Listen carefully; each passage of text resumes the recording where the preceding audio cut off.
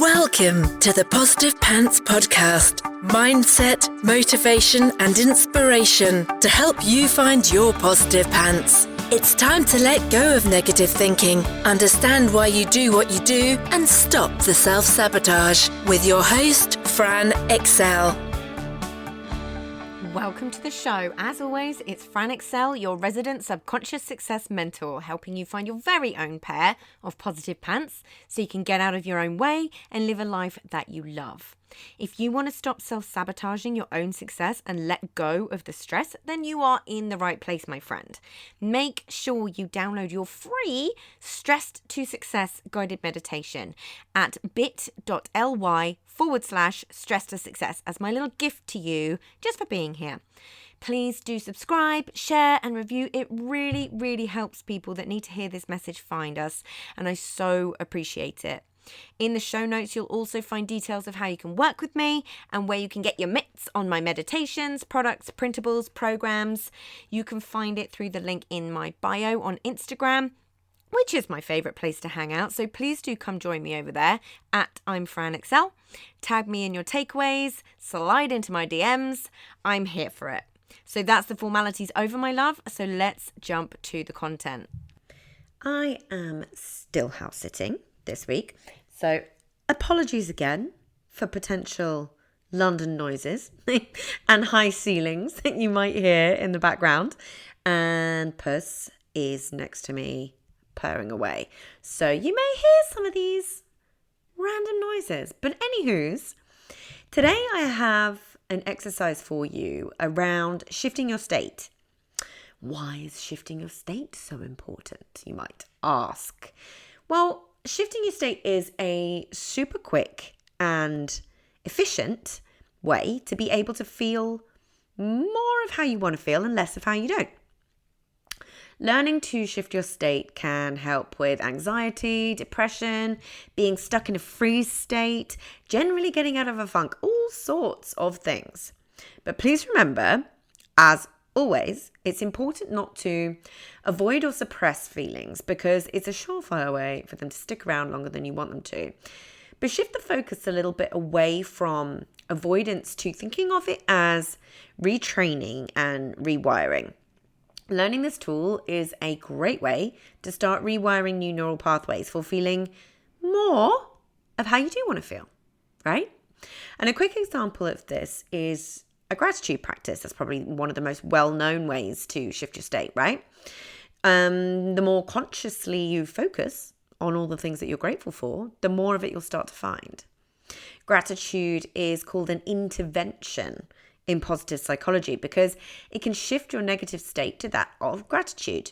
Plus, the more you do it, the more it's wired in as an unconscious pattern.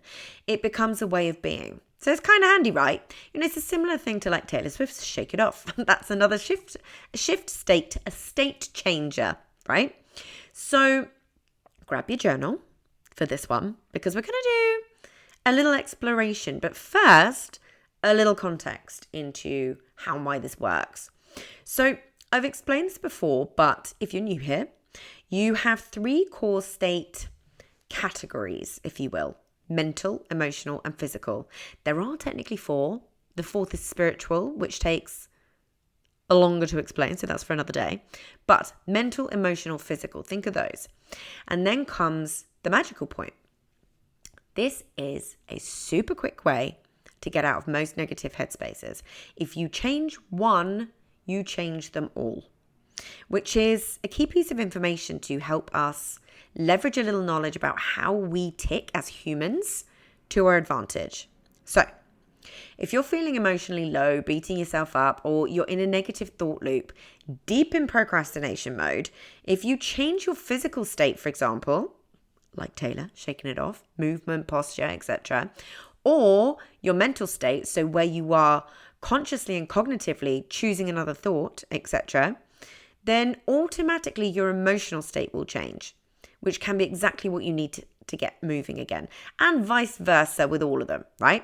But changing your physical state is the quickest and easiest way out of all of them, which is worth knowing. One of the presuppositions of NLP to be aware of is the mind and body are a linked system. which is illustrated really, really well and correlates whenever we're looking at things like the vagus nerve and the brain to body pathways. Yeah. So what you think makes you feel a certain way, and vice versa. What you feel makes you think a certain way. Brain to body, body to brain, connected. So if you're physically feeling a certain way, it will affect your state of mind, and vice versa. Posture is a really, really easy, good way to show this. Like when you're feeling down and a little bit low, what does your posture tend to do? And then how does that make you feel? Are you a little bit hunched over? Does it make you feel worse? Does it almost kind of like just validate those feelings, right? And when you're happy or having fun, what does your posture tend to do? You're more open, you're more elevated. And then how does that make you feel? Helps you feel more of that, right? So worth noticing and worth knowing, because noticing these simple physiological changes you can make are a nice little way to learn to trick your mind into believing you feel a different way and then allowing it to follow suit. That's basically it. So catch yourself in those moments where you're not feeling your best, about to procrastinate or self-sabotage in some way, and make the decision to do something about it. Know that you can change it if you want to and if you choose to, right? That's the thing. This is so powerful, this stuff, because it's really taking things that so many of us, the majority of us, in fact, believe are out of our control. When you know that you're the one in control, that you can change it if you want and choose to, that's pretty damn powerful, right?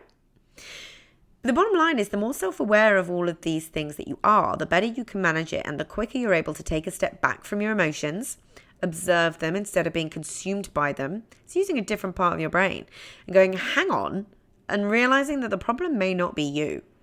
So we also need to recognize that we might not want to feel the same thing all the time, right? Like a lot of the time people might say, how do you want to feel? I want to feel happy.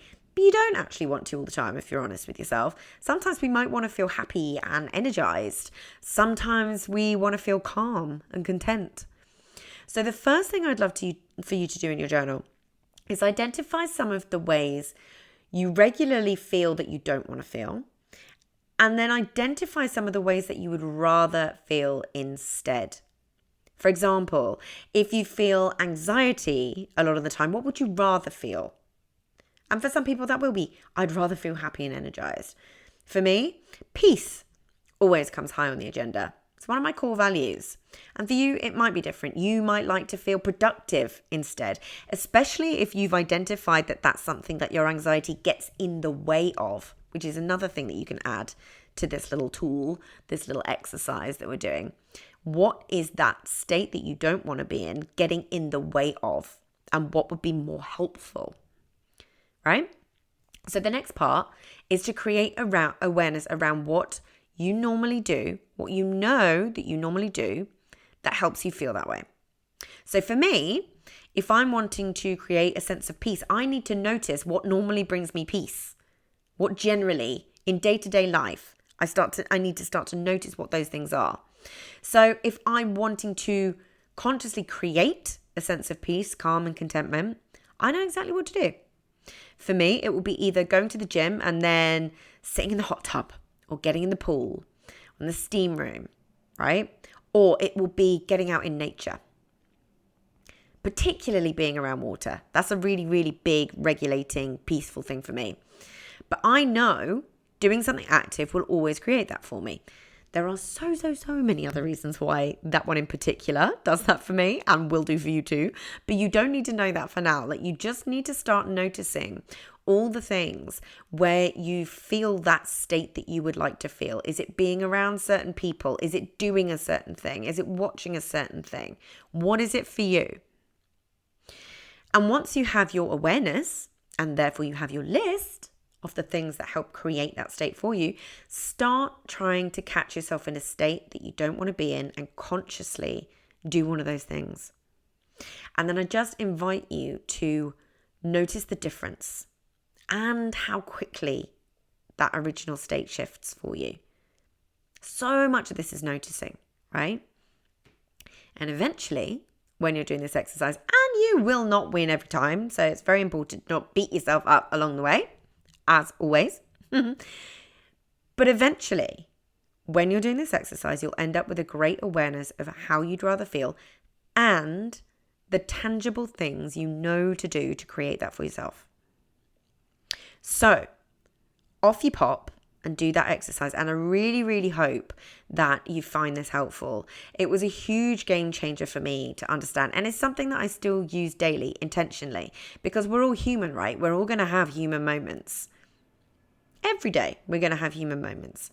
Something's going to happen that's going to make us feel a way that we don't want to feel, right?